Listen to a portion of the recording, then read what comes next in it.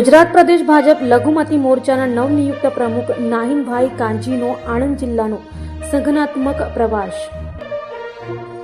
આણંદ જિલ્લા ભાજપ કાર્યાલય શ્રી કમલમ ખાતે લઘુમતી મોરચાની પરિચય બેઠક તથા સંગઠનાત્મક બેઠક, જેમાં આણંદ જિલ્લા ભાજપ સંગઠન મહામંત્રી, લઘુમતી મોરચા પ્રભારી વિપુલભાઈ શાહ, જિલ્લા લઘુમતી મોરચાના પ્રમુખ ખલીલ અહેમદ સૈયદ, મહામંત્રી ફારૂક ખેડાવાલા તથા સોહિલ વોરા, પૂર્વ પ્રમુખ શ્રી ઇરફાન કાઝી, પૂર્વ કાઉન્સિલર કરિશ્માબેન ફિરોઝભાઈ વોરા, જિલ્લા પંચાયત સભ્ય સાજિદ રાણા, તાલુકા પંચાયતના સદસ્યો, વિવિધ સરપંચ શ્રીઓ, સિકંદર માસ્ટર, અનવર બહાદરપુરવાલા સહિત મોટી સંખ્યામાં કાર્યકર્તા મિત્રો ઉપસ્થિત રહ્યા હતા.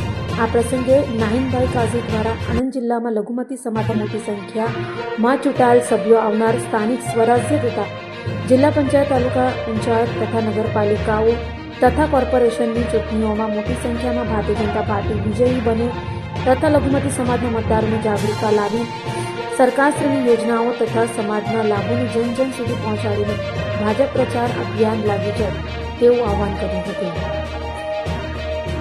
78 જણા, એમાં અહીંયા તમને 6-7 તો અહીંયા દેખાય, 8 છે. 78 જણા પાર્ટીના બેનર ઉપર ચૂંટણી જીત્યા છે ગુજરાતમાં. આ કઈ નાની સુની વાત નથી. અને એની અંદર હું કાલે હિંમતનગર એક ક્રિકેટના ફાઇનલ મેચની અંદર ગેસ્ટ તરીકે ગયો હતો અને ત્યાં પણ એક યંગ નાનો છોકરો મળ્યો. એને પણ એમ કીધું કે હું પાર્ટીના બેનરમાંની ચૂંટણી લડ્યો છું અને હું સરપંચ છું. તો આપણે હવે આનાથી વધારે શું જોઈએ? ટિકિટ મળે, સરપંચો થાય, કાઉન્સિલરો થાય,